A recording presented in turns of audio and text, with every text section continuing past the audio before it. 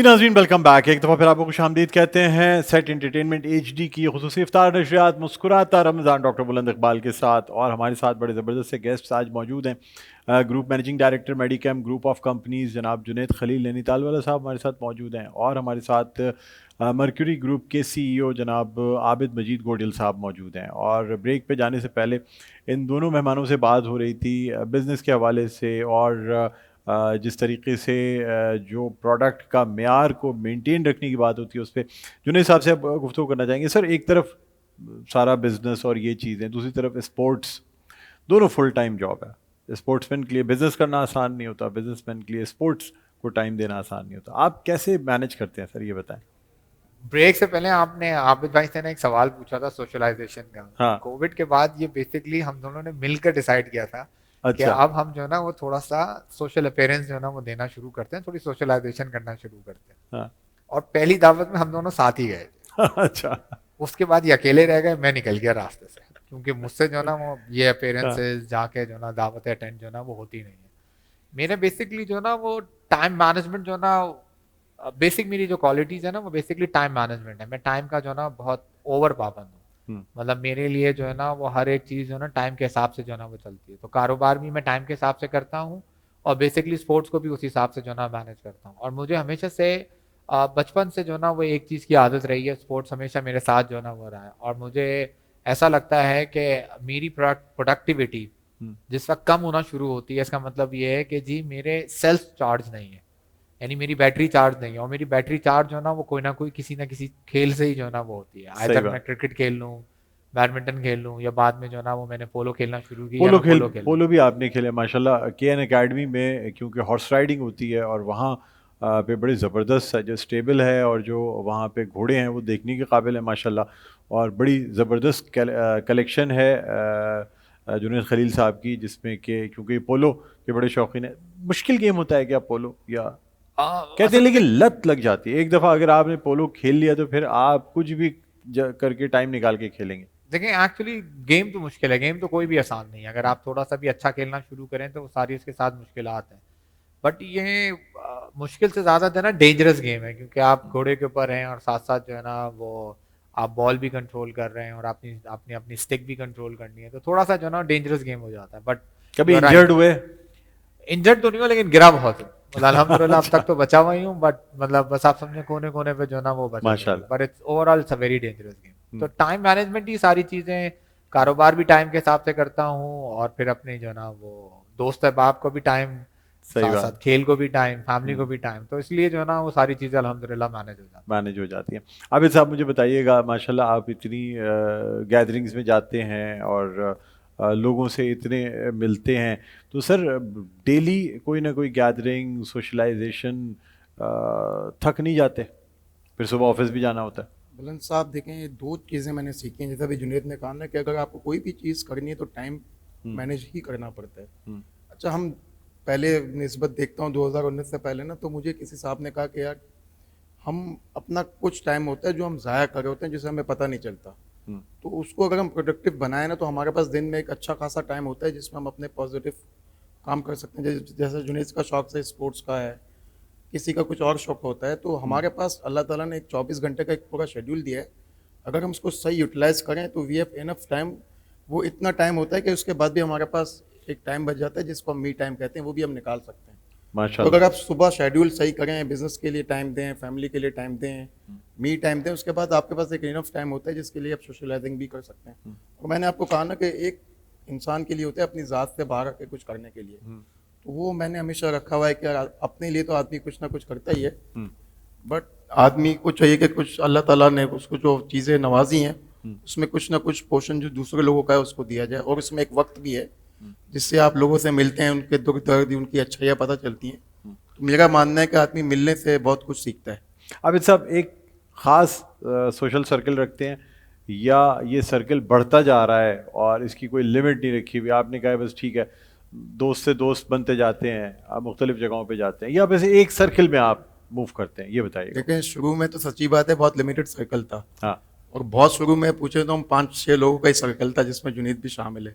हाँ। But Covid के बाद वो सर्कल बढ़ता गया बढ़ता गया। आज ये है कि मैं हर जगह बैठ भी जाता हूँ, बैठ भी दोस्त भी बना लेता हूँ, और कुछ ऐसा नहीं कि कोई खास सर्कल है, हर जगह अल्लाह ताला ने एक माशाल्लाह। पहचान दी हुई है। हाँ, तो लोगों के साथ मिलना उठना बैठना है तो बहुत वसी हो गया सर्कल, हकीकत में तो ये है। माशाल्लाह माशाल्लाह। जुनेद साहब, आपसे जानना चाहूँगा के एन एकेडमी और उसके बाद फिर आप जिस तरह पीएसएल में आपने टीम्स को जो है वो स्पॉन्सर करना शुरू किया, फिर एक हाई परफॉर्मेंस सेंटर जो है उसका एक कॉन्सेप्ट लेके आए और उसको के एन एकेडमी के अंदर आपने इम्प्लीमेंट किया। क्या कुछ होने जा रहा है के एन एकेडमी में? काफ़ी चीज़ें देख चुका हूँ, काफ़ी दफ़ा जो है ना पोस्ट्स चला के आपने बाकायदा लड़कों को सेलेक्ट किया है और वहाँ पे बहुत अच्छी अपॉर्चुनिटीज़ हमारी जो नई नस्ल है जो स्पोर्ट्स में आना चाहती हैं उनके लिए दी जा रही हैं। क्या अपॉर्चुनिटीज़ हैं इनके लिए? देखिए, हमारे टाइम के ऊपर जिस वक़्त हम बहुत यंग हुआ करते थे, तो हमारे पास स्पोर्ट्स की फैसिलिटीज़ जो ना बहुत कम होती थी और उस वक़्त अगर हम सिस्टम को क्रिटिसाइज़ करते तो हम लोग बिल्कुल ठीक थे। लेकिन आज जो ना डे बाय डे कंटिन्यू जो ना स्पोर्ट्स की फैसिलिटीज़ बढ़ती जा रही हैं। इनफैक्ट अगर आपको ग्राउंड नहीं मिलते तो आपको बहुत सारी जगहों के ऊपर नेट्स मिल जाते हैं। अगर आपको नेट्स नहीं मिलते तो लोगों को आर्टिफ़िशियल नेट्स बनाने के लिए जो ना वो आ गए हैं। और अब तो ग्राउंड्स की तादाद भी जो ना बहुत ज़्यादा नहीं होगी, लेकिन कम से कम हमारे ज़माने के मुकाबले में थोड़ी-सी डिसेंट हो गई है। इसी चीज़ को मद्देनज़र रखते हुए हमने सोचा कि क्यों ना क्यों हम एक जो ना वो ऐसी जगह बनाएँ जिसके अंदर जो बेसिकली डिज़र्विंग स्टूडेंट्स हों उनको आपका ट्रेन करें और कोशिश करें कि पाकिस्तान क्रिकेट को कोई हमारी तरफ से कोई एक तोहफ़ा तोहफ़ा जो मिले, ना वो मिल जाए। बिल्कुल। उसी के अंदर हमने शाहिद आफरीदी साहब के साथ मिलकर जो ना वो शाहिद आफरीदी मेडिकेम जो ना हाई परफॉर्मेंस सेंटर जो ना वो शुरू किया, जो जो अभी अपनी रनिंग कंडीशंस के अंदर है, जिसके अंदर माशाल्लाह हम माशाल्लाह। बच्चों को फिजिकल ट्रेनिंग, क्रिकेट की ट्रेनिंग, उसके नेट बाद उनको practice, net practice, swimming, cool down करने की, जिम से सारी चीज़ों की जिमिंग, सारी चीज़ें, सारी कंप्लीट फैसिलिटीज़ जो फैसिलिटीज़। है ना, तमाम फैसिलिटीज़ जो कराची क्रिकेट के पास थोड़ी-सी सारी फैसिलिटीज़ एक ग्राउंड के अंदर जो ना वो कम है। नहीं वो है। सारी फैसिलिटीज़ जो ना वो हमने उनको प्रोवाइड किया। अब बेसिकली बच्चों के ऊपर डिपेंड करता है वो जाएँ और बेसिकली इसका एडवांटेज उठाएँ और अपना टैलेंट दिखाएँ और अपना फिर टैलेंट दिखाएँ और टीम में दाखिल हों और वो ठीक है। सर, आप माशाल्लाह कम्युनिटी के लिए भी काफ़ी काम कर रहे हैं, जैसे डीएसपीएल, दिल्ली पंजाबी सौदागरान क्रिकेट लीग हो गई, या आपकी एक और लीग होती है कराची कम्युनिटी क्रिकेट लीग, ये सारी आप इनमें भी काफ़ी हद तक वो करते हैं और फिर आप खुद भी खेल रहे होते हैं। और नाज़रीन, मैंने देखा है कि जब कोई बड़ा मैच होता है तो रात में ख़ास तौर पे ऑफिस से ये डायरेक्ट नेट प्रैक्टिस पे जाते हैं। तो किस तरीके से अपनी परफॉर्मेंस को कैसे आप इंश्योर करते हैं कि इन सारी चीज़ों के साथ, क्योंकि मेडिकैम की टीम खेल रही है लेकिन उसमें जुनैद साहब नहीं खेलते तो फिर वो टीम थोड़ी नीचे चली जाती है। देखिए, सबसे पहले तो हमारी अपनी कम्युनिटी, देखिए सबकी अपनी रिस्पॉन्सिबिलिटीज़ होती हैं। मुझे ऐसा लगा कि हमारी भी एक रिस्पॉन्सिबिलिटीज़ है अपनी कम्युनिटी को।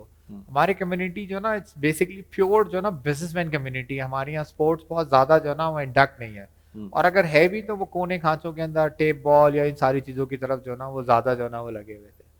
तो वी थॉट कि क्यों ना कोई हम एक ऐसी जो ना वो एक्टिविटी शुरू करें जिसके अंदर तमाम बरादरी एक साथ मिलकर आए और आने के बाद जो ना वो शुरू करे खेलने के ऊपर।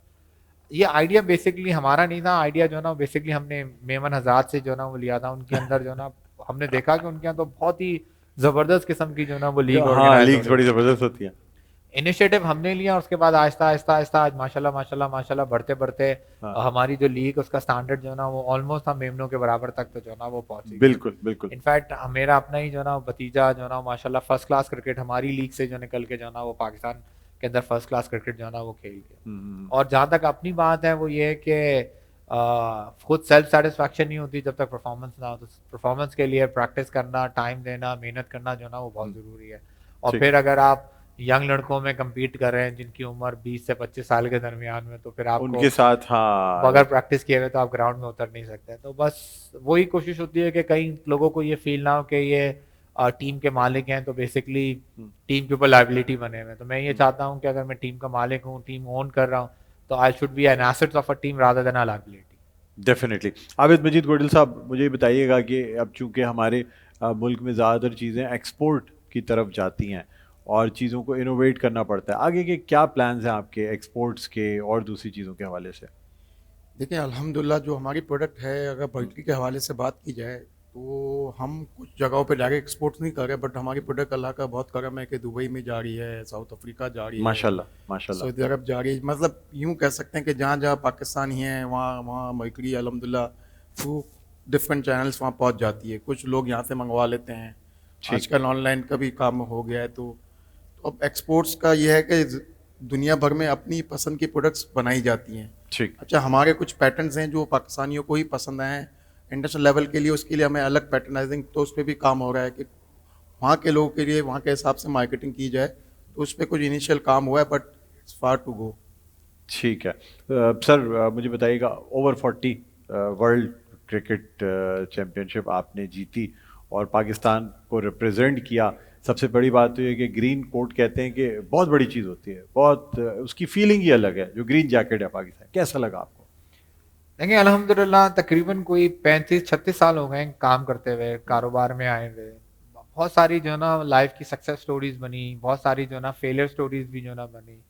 फैमिली का भी सपोर्ट रहा, पेरेंट्स का भी बहुत ज़्यादा सपोर्ट रहा, बेगम का भी मेरा बहुत ज़्यादा सपोर्ट रहा माशाल्लाह। सारी चीज़ों की तरफ। और एक हमेशा से ख्वाब था, जब I think I was like early 20s के पाकिस्तान को रिप्रेजेंट करूं। उस ज़माने में क्रिकेट मेरी जो ना वो थोड़ी सी बेहतर होती थी, हाँ। बट उस ज़माने में वालिदैन जो ना आपको पता है ज़्यादातर जो ना एजुकेशन की तरफ जो ना लगा दिया करते थे। तो पढ़ाई के साथ साथ जो ना वो हल्का फुल्का क्रिकेट खेलते रहे, लेकिन जो वो एक होता है ना दिमाग में कहीं ना कहीं कोई ना कोई अल्लाह से आपने कभी चीज़ मांगी हो और अल्लाह ने कबूल की हो और उसका एक टाइम रखा हुआ, हाँ। तो वो अपॉर्चुनिटी जो ना वो ग्लोबल जो ना वो टूर्नामेंट के अंदर मिली। मेरी किसी तरीके से जो ना वो सिलेक्शन हुई और उसके बाद फिर मुझे मौका मिला नेशनल स्टेडियम के अंदर मिसबाह उल हक, अब्दुल रज़ाक, मोहम्मद समी, हसन रजा और बहुत सारे ऐसे फर्स्ट क्लास प्लेयर्स जिनको मैन ऑफ द मैच भी रहे सर आप। हाँ मतलब बहुत ऐसे फर्स्ट क्लास प्लेयर्स जिनको बेसिकली हम लोग जानते हैं बट नॉर्मल लोग नहीं जानते। और वहाँ मौका मिला और मुझसे पूछा गया कि आपने किस नंबर के ऊपर बैटिंग करनी है, तो मैंने अपनी ख्वाहिश जाहिर की कि मैं ओपन करूंगा, ओपन करना चाहता। जो वन ऑफ द डिफिकल्ट जो ना सेगमेंट भी है, बट उन्होंने मुझे कहा कि जी ठीक है आप कर लें। और अगेन बस अल्लाह की ओवर मेहरबानी थी कि जो वहाँ पर जो ना अल्लाह ने एक अच्छे मीर से जो ना परफॉर्मेंस करा दी in front of Abdul Razzaq, in front of Misbah ul Haq. मैं उनके माशाल्लाह आपने सामने बहुत अच्छे रन स्कोर किए थे। मैन ऑफ द मैच बना, मैन ऑफ द मैच बने आप। बल्कि इनफैक्ट एक जगह के ऊपर मैंने और अब्दुल रज़ाक साहब ने जो ना वो ओपनिंग की और मैं उसमें बेस्ट बैट्समैन बना, तो मेरे लिए तो it's a very proud moment कि मैं उनके सामने जो ना ये अब होप थी कि जिस वक्त, क्योंकि मुझे याद है जिस वक्त जुनैद साहब का नाम आया ओवर 40 में, तो हम लोग एक जगह साथ ही बैठे, बल्कि हम क्रिकेट के प्रोग्राम में ही बैठे हुए थे। मैं एक चैनल पे क्रिकेट प्रोग्राम कर रहा था, वहाँ मुझे एक लोगों ने दिखाया कि देखिए जी जुनैद साहब का नाम आ गया है ओवर 40 में। तो उम्मीद थी कि ये हो जाएगा, एक तो पाकिस्तान जीत लेगा, दूसरे आप मैन ऑफ द मैच बनेंगे, अच्छी परफॉर्मेंस देंगे, हाई स्कोर, बेस्ट बैट्समैन बनेंगे। नहीं, मैं जब जिस उम्मीद से गया था वो उस उम्मीद में ये गया था कि मुझे पहले एक मैच मिल जाए, कि मैं किसी ना किसी अच्छा। तरीके से ना आपका देखिए हम क्रिकेटर्स की एक बेसिकली ख्वाहिश होती है कि नेशनल स्टेडियम के अंदर उस पिच के ऊपर जाके खड़े हो जाए जहाँ पर पाकिस्तान ने जो ना बड़े बड़े जो ना स्टार्स बनाए। तो हाँ। पहली तो ख्वाहिश ये थी किसी तरीके से उस पिच पे जाके जो ना वो खड़े हो जाए। फिर ये ख्वाहिश थी कि यार किसी ना किसी तरीके से कोई एक आध रन बना लें, एक चौका लगा दें। इस तरीके से छोटी छोटी सी ख्वाहिशें थी। पहला सोच ये थी कि एक चौका लगा दूं, फिर सोच थी कि एक छक्का लगा दूं, फिर आहिस्ता आहिस्ता अल्लाह से और मांगना शुरू किया कि एक माशाल्लाह। 50 बन जाए। फिर इसी तरीके से जो ना आहिस्ता आहिस्ता आहिस्ता करते करते करते टीम की बड़ी सपोर्ट थी। In fact I was very surprise कि मैं उनमें एक्चुअल में सबसे प्लेइंग वाइज सबसे जूनियर था, बट उन सब ने मुझे इतना सपोर्ट किया कि मुझे ऐसा नहीं लग रहा था कि मैं कोई उस सिस्टम से बाहर से आया हूँ। और उनकी फिजिकल सपोर्ट थी, एक्सरसाइज मुझे वो ऐसे करा रहे थे, ट्रेनिंग मुझसे ऐसे करा रहे थे। बल्कि मेरी जो जिस वक्त मैंने डेब्यू किया तो शुरू की 8 या 9 बॉलों में मुझसे रन नहीं बन रहा था। तो मेरे सामने जो है ना वो एक बहुत सीनियर क्रिकेटर है रिजवान, तो मैं उनके पास गया और मैंने उनको बोला यार मेरी थोड़ी सी जो है ना थोड़ा सा डर लग रहा है। तो उन्होंने कहा जुनैद भाई आप बिल्कुल फिक्र ना करें, हाँ। आप 20 बॉल ले रहे हैं, रन की फिक्र मैं करूंगा, मैं आपका रन रेट जो है ना सब ठीक करके दूंगा टीम का। जबरदस्त। टीम का रन रेट ठीक होगा, आप पर प्रेशर नहीं आएगा, आप आराम से अपना टाइम लें और आराम से जो है ना वो अपने रन स्ट्रोक्स, बनाने नेचुरल स्ट्रोक्स खेले। आप अपनी कोशिश, आप अपनी जो ना टीम अपने हिसाब से जो ना वो खेलें। तो मतलब इतनी मुझे सपोर्ट हासिल हुई वहां पर, जो I was very surprise. Normally एक आउट ऑफ द सिस्टम आए हुए को इतनी सपोर्ट नहीं मिलती, लेकिन अल्हम्दुलिल्लाह again I am going to say कि आई वाज वेरी ब्लेस्ड। अल्लाह ने मुझे इतना नवाजा कि जिसकी कि मेरी भी एक्सपेक्टेशन नहीं थी। ना मैं ये सोच के गया था कि मैं 50 बनाऊंगा, ना मैं ये सोच के गया था कि मैं मैन ऑफ द मैच बनूंगा, ना मैं ये सोच के गया था कि मैं बेस्ट बैट्समैन बनूंगा। माशाल्लाह। अच्छा सर, क्या मैसेज देना चाहेंगे रमज़ान मुबारक के हवाले से कौम को, और बिजनेस के हवाले से क्या कहेंगे? देखिए मेरा मैसेज हमेशा से लोगों से बहुत ही सिंपल है। हमारे लिए सबसे आसान काम है सिस्टम को, लोगों को और माशरे को क्रिटिसाइज करना। बट इन्हीं माशरों के अंदर वो लोग जो बेसिकली हीरो बनते हैं उनको वो दूसरों को क्रिटिसाइज नहीं करते, वो बेसिकली सिर्फ और सिर्फ ये सोचते हैं कि यार मेरे अंदर क्या कमी है और मेरी ऐसी कौन सी क्वालिटीज है जिसको मैं ओवरकम करके आगे निकल सकता हूँ। तो हमारी सोच हमेशा जो ना वो पॉजिटिव होनी चाहिए। डिफिकल्ट वर्क, मैं 35 साल 36 साल से जो ना वो अपनी ऑर्गेनाइजेशन के अंदर काम कर रहा हूँ, आज तक मैंने कोई साल आसान नहीं देखा। हर साल हमारे लिए मुश्किल ही होता है, हर साल हमें मुश्किलों से ही लड़के आगे बढ़ना पड़ता है। हर आगे आने वाले साल भी मुश्किल होंगे। हर एक आदमी को उस चीज़ के लिए प्रिपेयर्ड होना चाहिए और हिम्मत नहीं हारना चाहिए और दूसरों को क्रिटिसाइज नहीं करना चाहिए। कोशिश ये करें कि आप अपने आप को देखें और अपनी खामियां देखें, अपनी बुराइयां देखें। जिस दिन आपको अपनी बुराइयां नजर आ गई और अपनी बुराइयां आपने खत्म करना शुरू कर दी, उस दिन आप भी आगे बढ़ना शुरू हो जाएंगे। माशाल्लाह, ज़बरदस्त। आबिद मजीद गोडिल साहब, क्या मैसेज देना चाहेंगे रमज़ान मुबारक के हवाले से? देखिए, मैं यूथ को एक दो मैसेज देना चाहूँगा कि सबसे पहले तो नेक नियति से काम करें जो भी फील्ड में है, और भरपूर मेहनत करें और नेवर गिव अप की पॉलिसी पे काम करें, क्योंकि जब आप कोई काम शुरू करते हैं तो फ़ौरन सक्सेस नहीं मिलती, तो आदमी मायूस हो जाता है, यार ये क्लिक नहीं हुई कोई चीज़। तो नेवर गिव अप की पॉलिसी पे आदमी उस पर लगा रहे। अल्लाह ताला ने भी वादा किया है कि मेहनत में अज़वत है, तो आप अगर किसी चीज़ में मुसलसल तौर पे लगे रहेंगे तो अल्लाह ताला उसमें आपको ज़रूर कामयाबी देगा।